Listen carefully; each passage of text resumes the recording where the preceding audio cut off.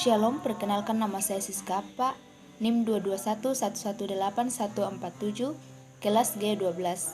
Di sini saya akan membahas materi tentang semantik.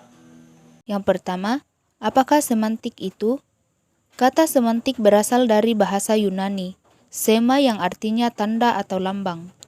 Semantik pertama kali digunakan oleh seorang filolog Prancis bernama Michel Bril pada tahun 1883.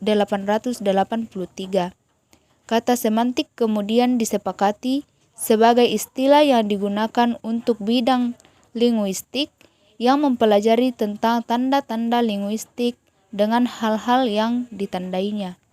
Yang kedua, hakikat makna. Menurut teori yang dikembangkan dari pandangan Ferdinand de Saussure, makna adalah pengertian atau konsep yang dimiliki atau terdapat pada sebuah tanda linguistik. Menurut de Saussure, setiap tanda linguistik terdiri dari dua unsur, yaitu yang pertama yang diartikan Prancis signifie, Inggris signified, dan yang kedua yang mengartikan Prancis signifiant, Inggris signifier. Dengan kata lain, setiap tanda linguistik terdiri dari unsur bunyi dan unsur makna. Yang ketiga, jenis makna. Menurut Card, makna dapat dibedakan berdasarkan beberapa kriteria dan sudut pandang. Berdasarkan jenis semantiknya, dapat dibedakan antara makna leksikal dan makna gramatikal. Berdasarkan ada atau tidaknya referen pada sebuah kata atau leksem, dapat dibedakan adanya makna referensial dan makna non-referensial. Berdasarkan ada tidaknya referen pada sebuah kata atau leksem, dapat dibedakan adanya makna denotatif dan makna konotatif. Berdasarkan ketetapan maknanya, dikenal makna kata dan makna kata istilah, atau makna umum dan makna khusus. 3.1 Makna leksikal dan makna gramatikal. Leksikal adalah bentuk adjektif yang diturunkan dari bentuk nomina leksikon. Satuan dari leksikon adalah leksem, yaitu satuan bentuk bahasa yang bermakna. Dengan demikian, makna leksikal dapat diartikan sebagai makna yang bersifat leksikon, bersifat leksem, atau bersifat kata. 3.2 Makna referensial dan non-referensial. Bila kata-kata itu mempunyai referen, yaitu sesuatu di luar bahasa yang diacu oleh kata itu, maka kata tersebut disebut kata bermakna referensial.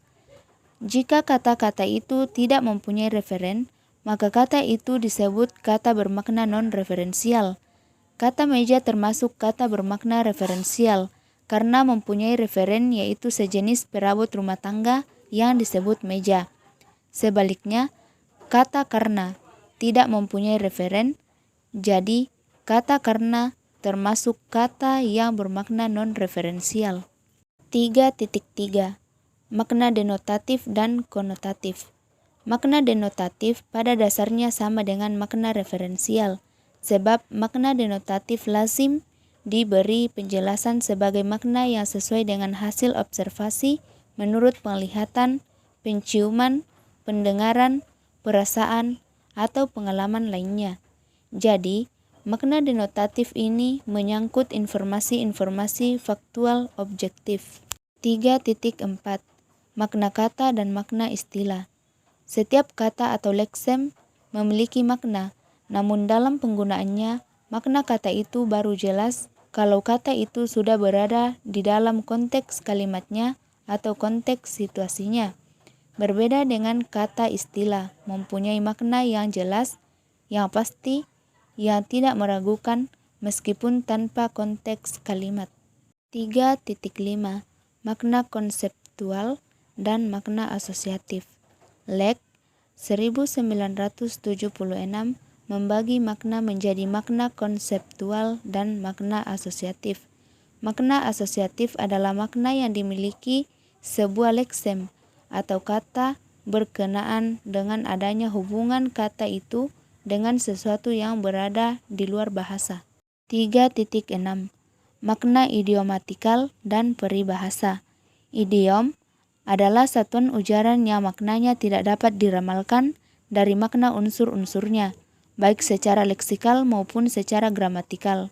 Berbeda dengan idiom, peribahasa memiliki makna yang masih dapat ditelusuri atau dilacak dari makna unsur-unsurnya karena adanya asosiasi antara makna asli dengan maknanya sebagai peribahasa. 3.7 Makna kias. Dalam kehidupan sehari-hari, penggunaan istilah arti kiasan digunakan sebagai oposisi dari arti sebenarnya. Yang keempat, relasi makna. Disebut relasi makna dapat berwujud macam-macam. Berikut ini diuraikan beberapa wujud relasi makna, yaitu yang pertama, sinonimi, yang kedua, antonimi dan oposisi, yang ketiga, homonimi, homofoni, dan homografi. Yang keempat, hiponimi dan hipernimi.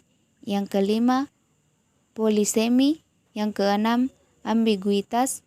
Yang ketujuh, redundansi. Yang kedelapan, meronimi. Yang kesembilan, makna asosiatif. Yang kesepuluh, makna afektif. Dan yang kesebelas, makna etimologis. Itulah hasil pemahaman saya tentang materi semantik. Kurang lebihnya mohon dimaafkan. Sekian dan terima kasih.